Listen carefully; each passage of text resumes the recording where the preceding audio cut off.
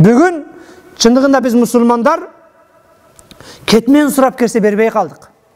Өзім іштетіп отам деп қояды. Араға сұрап кірсең сынып қалған деп қояды.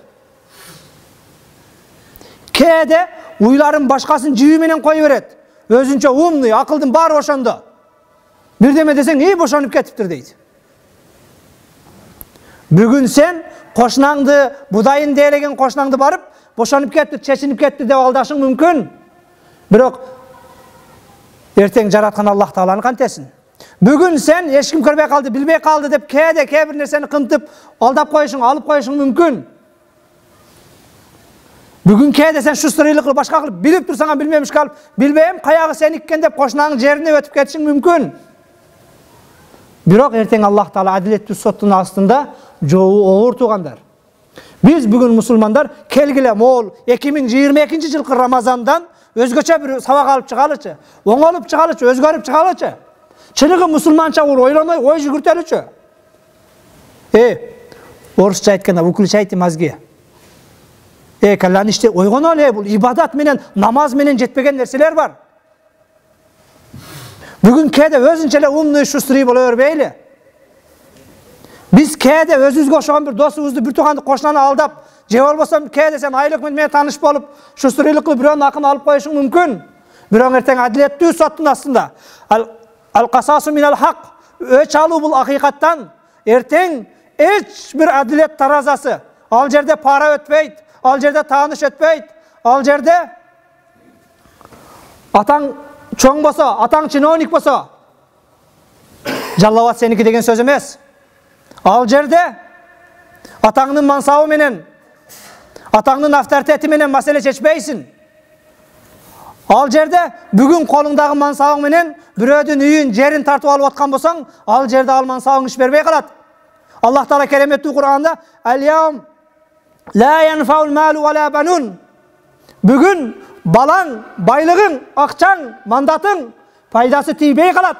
«Илля ман аталлаха би қалбин салим». Пайдасы тие тұрған нәрсе, кім салим, таза жүрек менен, иманды жүрек менен Құдайдың астына келсе, ошаның ғана пайдасы тиеді дейді. Ал күнде авторитеттер кім екен? «Иннама акрамаку индаллахи атқакум». Құдайдың астындағы авторитеттер, Құдайдың астындағы абирдүүлер, Құдайдың астында өкім өткендер, атқакум, Құдайдан қорыққандар дейді. Танышы көптер емес, шустрыйлар емес, умныйлар емес, жалғанды ептегендер емес. Урматтуу мұсылман бір туғандар, сілерге Рамазан айында оразаны фарз қылдым, лааллакум таттақун, тақуа болушыңар үшін, Құдайдан қорқушыңар үшін дейді. Келгеле Құдайдан қорқолы, Құдайға қайталы. Бүгін мына жаз айлары іштер башталы башқа болып, кәде жаңағы қошына нагородын өткен шағын қықпағандар бар, бұтағын қықпағандар бар. Қошынан егін өспей қалсын, қошынандараға мен жақ қарап келбей қалсын деп.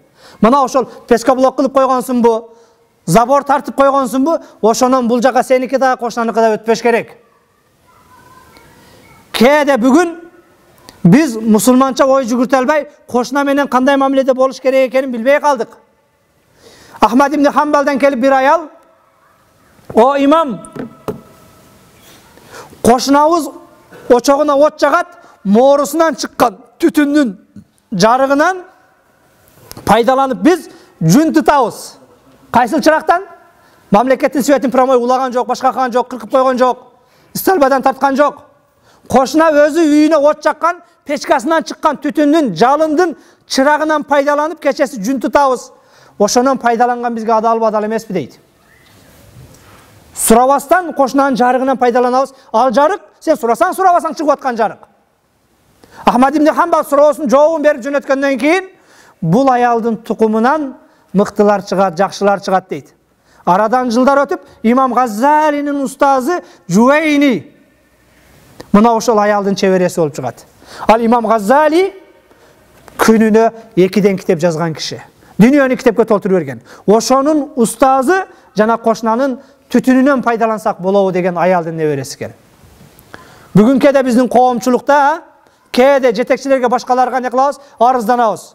Ушулар оңолбой қойды, ушулар тойбой қойды деп. Бәлкім алардың тойбой қойғаны 20 жыл мұрдағы енесінің емшегіндегі сүттендір.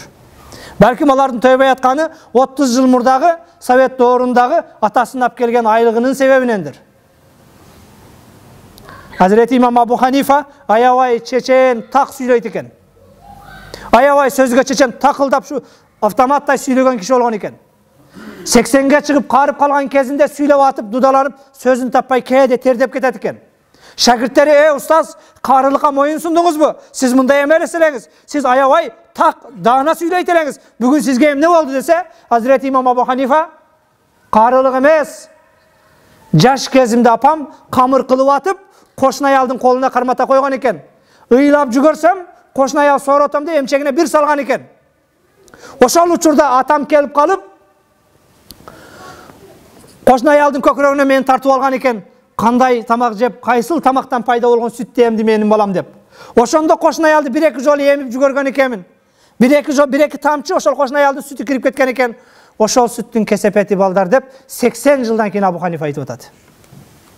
Бүгүн кээде маселени чечүүнүн жолун алардын тойбой аткандан башкадан эмес, балким мына ошол бүгүн сен экөөбүз дагы аялыбызга бир туура тарбия бербей аткандан, балдарды адал тамак менен тамактандырбай атканынан, эгер бүгүн дагы кошунанын акын жей берсек, кошунанын огородуна малыбызды кое бере берсек, бул жагы меники болсо керек деп заборунду көчөгө чыгып кенен тартып ала берсек, бизде бул коррупционер чиновниктер дагы 100 жылга уланат.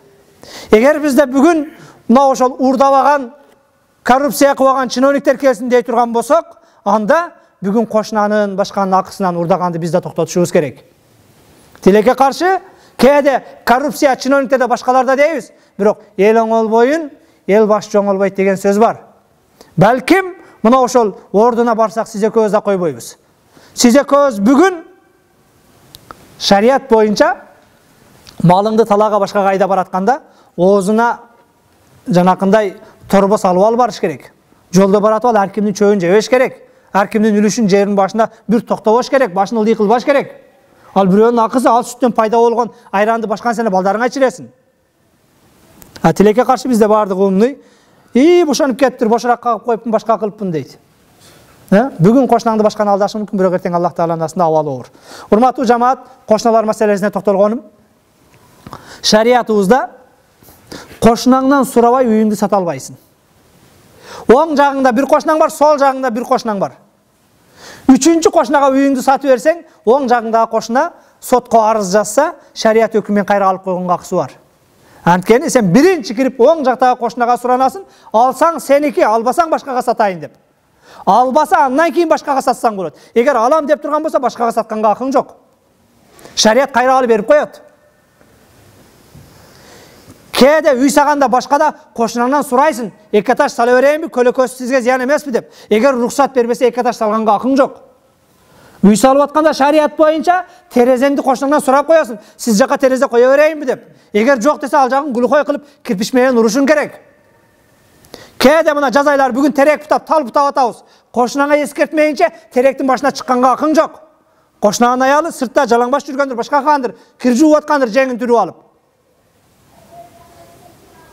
Biz bardığımız musulmanбыз, башкабыз дейбиз. Бардыгыбызда сакал, бардыгыбызда допу, мечит толу, алхамдулилла. Бирок жашаганга келгенде каалагандайбыз да. Şu ораза дамла канткенде ооз ачылбайт дейт. Үкөл асам ачылбайбы? Билбей ичип алсам ачылбайбы? Тиш дарыласам ачылбайбы?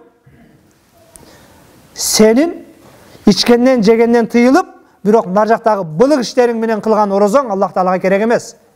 Сен онун көрө жей бер. Орозон тутуп алып, бирөөнүн жерин басып аласың. Орозон тутуп алып чыгып, элдин акысы болгон жолду тарытып, заборуңду 2 метр сыртка чыгарасың.